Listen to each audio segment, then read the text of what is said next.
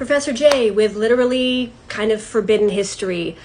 I'm going to try again to share this history in a very veiled and discreet way. Literally, educational purposes, this is just history. If you don't know the meaning of these acronyms, don't recall, pause really quick and go look it up. The organization is generally referred to by just the first two letters that are strictly forbidden here on this platform. But why is there an S and an L? The L stands for the Levant.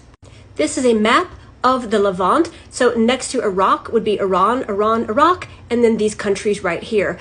The Levant is called Al-Sham in Arabic, so hence the S versus the L.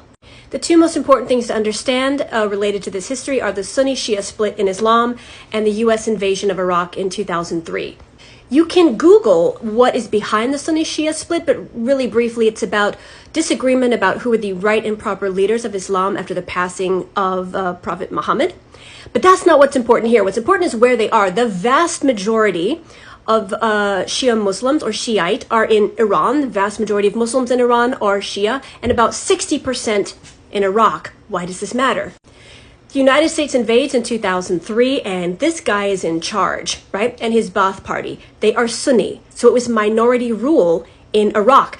So when we take this guy out of power, it hugely destabilizes the country. Social, political chaos ensues, right? And so the Sunnis who worked in his government, they're out of a job. If they worked in the military, they have a good job. They're out of a job. The country was invaded, robbed, a corporate takeover of the country. And you know there's going to be extreme bitterness about this. And people are going to fight back. Of course.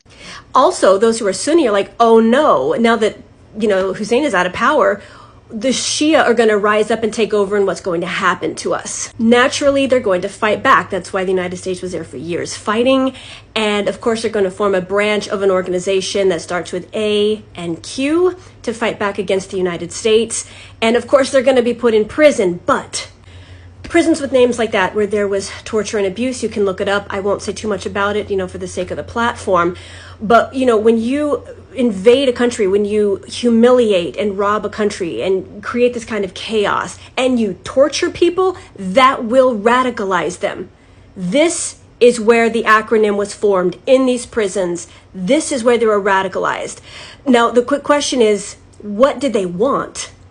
Goes back to this. They wanted to form their own country, a country just for Sunnis, comprised of part of Iraq and part of the Levant. But they were radicalized with extreme Wahhabi ideas. You can look up Wahhabism and Salafi. So that's why the extreme and violent radicalism.